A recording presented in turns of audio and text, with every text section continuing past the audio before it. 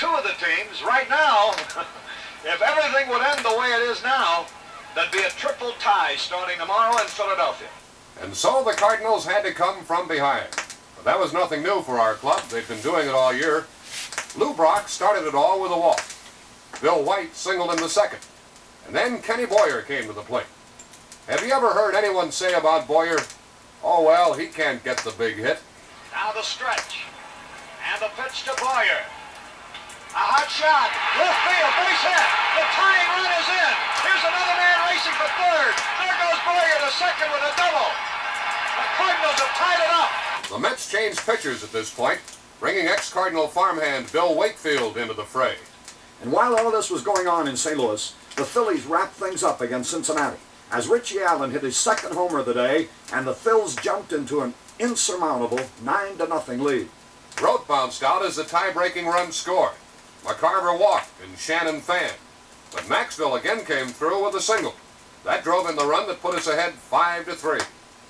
Bob Gibson was on the mound, pitching with only 1 day's rest. He had staggered through the sixth, walking home the run that made it 5-4. He was pitching with more heart than stuff. It was obvious the Cardinals needed more runs. After Flood went out to start the bottom of the inning, Lou Brock stepped up. The windup now, the pitch is on the way. A line drive, base hit in the left center. He might be able to get a double out of it. He's around first. He's going to try for second. Here's Olman's through. He is safe. So Brock doubles in the left center. He just took advantage of Olman's weak throwing arm. Here now is Bill White. A man in scoring position with 1 out. The Cardinals leading by a run 5-4.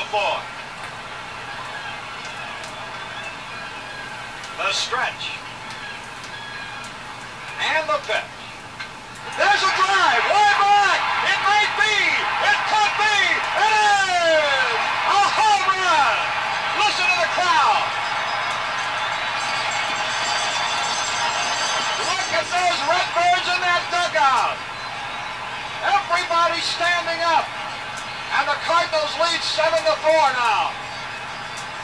Where is that a happy dugout? Gibson did the job in the seventh and again in the eighth. It was now 9-4 as the Mets came up for their ninth inning cuts. They KO'd Bob Gibson, who had gone as long and as hard as he could. With 2 outs and a run in, Barney Schultz was again in the ballgame, pitching to Ed Kranepool. Harry was working from a field box next to the Redbird dugout and with the Cardinals' official family.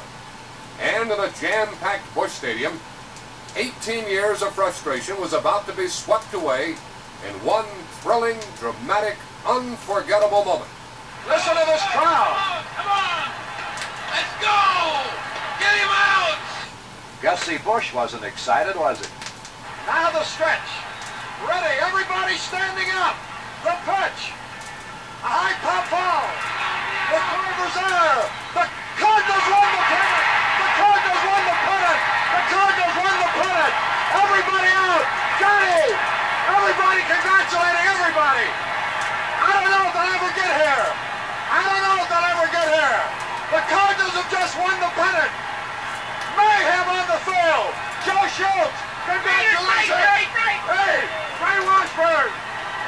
Bob Skinner. Hey. Oh, hey, Tim. Timmy. Hey, Tim. Timmy. Hey, Tim. Come here. How about it, boy? That was the greatest thing I've ever happened in my life. Okay.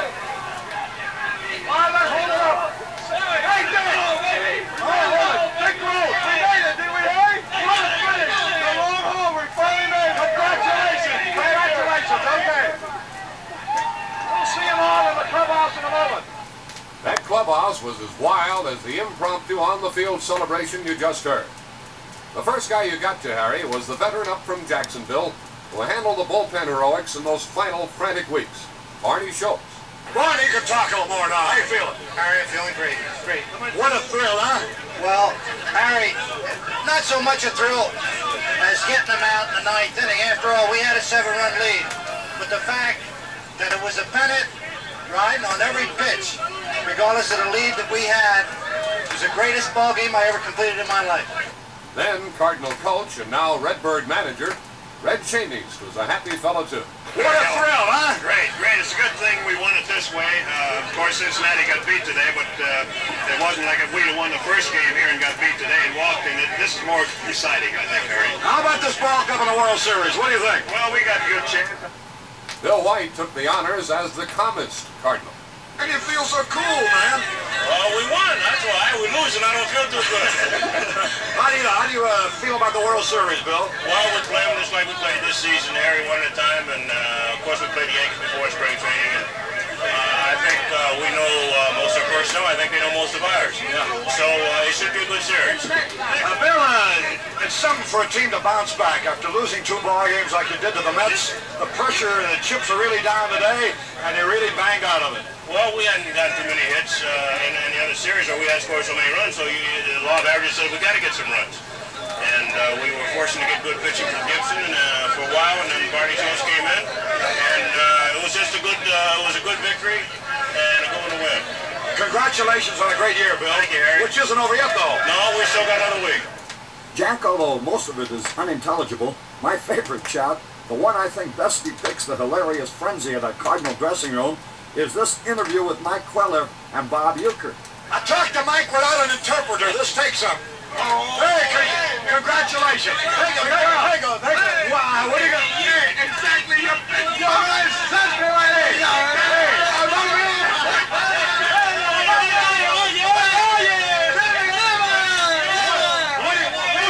Mucho dinero. Yes, mucho dinero. Hey, you. Bob. Was it? Bob Uecker, who's got everybody here. What do you got? You going to paint a house? Here we are in the Cardinal clubhouse along with Jack Buck. This is beautiful, Harry. Beautiful. Bonita. The proud Cardinal owner, August A. Bush Jr., made a prediction following the clinching of the pennant. Mr. Bush, congratulations. How do you feel? I never was happier in all my live-long life, Harry, and by gosh, after 18 years, we're now able to return to our fine fans a real pennant team, and we're going to win the World Series. The Cardinals set about trying to do that when the series opened October the 7th in St. Louis. The Cardinals routed Whitey Ford, pounded out 12 hits, and with Ray Sadecki getting relief help from Barney Schultz, went on to a 9-5 victory. The hero of the day was young Mike Shannon, who belted a homer off the scoreboard with a man on. It wasn't so pleasant on Thursday, as the Yankees evened things up with an 8-3 victory behind rookie right-hander Mel Stottlemyre. A disputed call by umpire Bill McKinley gave the Yankees a big 6th-inning run and set up more. But Gibson ran out of gas in that 6th. The Redbird relievers just didn't have it. Sharing honors with Stottlemyre was harmonica-playing shortstop Phil Linz, who chipped in with 3 hits, one of them a homer. Saturday, October the 10th, marked the 3rd game of the series and the first in Yankee Stadium. Curt Simmons for the Cardinals and Jim Fountain for the Yankees. Both worked effectively. Termites seemed to have invaded the Cardinal bat rack in critical situations. Simmons drove in our only run. We had a man reach 3rd in the 6th, 7th, and 9th. In each of those situations, we failed to score. Simmons was lifted for a pinch hitter in the 9th, and Mickey Mantle hit what Barney Schultz called a non-knuckling knuckleball into the seats on the first pitch of the bottom of the 9th to give the Yankees a 2-1 victory and a 2-1 series lead. The way the Yankees pounced on Ray Sadecki in the first inning of the 4th game, it appeared the series would not return to St. Louis. Ray faced 4 men, they all reached base, and we trailed Al Downing 3-0 through the first 5 innings. Carl Warwick started the 6th with a record-tying pinch single, and Flood also ripped a base hit. Then after Brock went out, Bobby Richardson couldn't get rid of a potential double play ball. It was an error, and the bases were loaded, but only for a moment.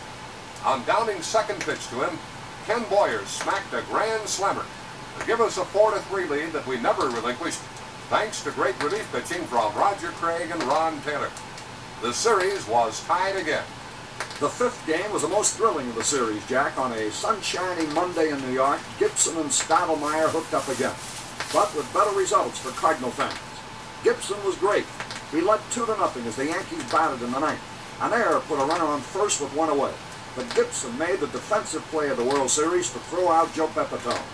Tom Tresh, however, hit a high fastball into the right center field bleachers to tie things up. In the 10th, Tim McCarver became the hero, belting one out of the ballpark, scoring Boyer and White ahead of him, giving Gibson a 5-2 complete game victory and bringing the Cardinals home with a 3-2 series lead. Everyone in St. Louis seemed confident the Cardinals would wrap it up on Wednesday, October 14th in the 6th game. Everybody, that is, except Yankee right-hander Jim Bouton and his teammates. Joe Pepitone hit a grand slammer. Maris and Mantle belted back-to-back homers, and Bouton, utilizing his sharp curve to go with his good fastball, was never in serious trouble as the Bronx Bombers romped to an 8-3 victory. And again, Cardinal hopes are back to one day, one game, October 15, 1964. 18 years to the day since Enos Slaughter raced home with a run that won the Cardinals the 1946 World's Championship.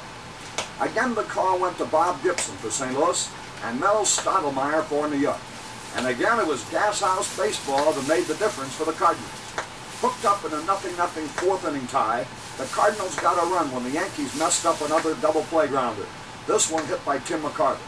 Tim moved to third on a Mike Shannon single and scored when a missed hit-and-run sign turned into a Cardinal double steal.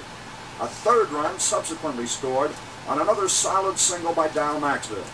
Boyer and Brock both later homered as Gibson, again working with 2 days' rest, was hit hard in the late innings, but battled his way to a complete game 9-5 win that ended at 3:41 p.m., sending St. Louis into its most delirious frenzy since the end of World War II.